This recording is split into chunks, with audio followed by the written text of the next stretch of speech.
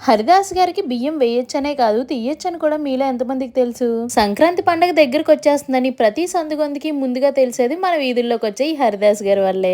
కాషాయ వస్త్రాలతో నుదుటి నామాలతో తలపైనేమో అక్షయ పాత్ర, ఇంకా ఒక చేతిలోనేమో చిడతలు, ఇంకో చేతిలోనేమో వీణ. ఇలా హరిదాసులు గడప గడపకు తిరుగుతూ విష్ణు నామస్మరణ చేస్తూ ఉంటారు.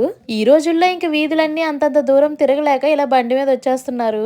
ప్రతి గడప దగ్గర ఈ అక్షయ పాత్రలో బియ్యం వేస్తారు. మరి అది అలా నిండిపోయినప్పుడు ఎవరో ఒకరు తీయాలి కదా. అలా మన దాకా వచ్చినప్పుడు నిండిపోతే ఆ అక్షయ పాత్రను మనం తీయొచ్చండి. అలా తీసిన బియ్యాన్ని పండగ అయిపోయేంత వరకు కూడా ఎవరు ముట్టుకోకుండా ఒక చోట పెట్టాలి.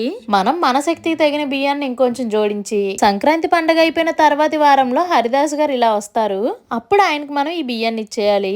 ఈయన్ని విష్ణుమూర్తి ప్రతిరూపంగా భావించి దాన ధర్మాలు కూడా చేస్తారు. అలా ఈసారి మా అమ్మగారికి 2 సార్లు బియ్యం తీసే అవకాశం వచ్చిందండి. మా చిన్నప్పటి నుంచి చూస్తున్నాను, మా ఊర్లో హరిదాస్ వేషధారణ అంటే ఈయనే వేస్తారు. ఇంతకీ ఈ సంక్రాంతికి మీరు హరిదాస్ గారిని చూసారా లేదా? ఇలా బియ్యం వేసిన అనుభవం మీకు కూడా ఉంటే కమెంట్ చేసేయండి. పనిలో పని వీడియోని లైక్ చేసి సబ్స్క్రైబ్ చేసేయండి.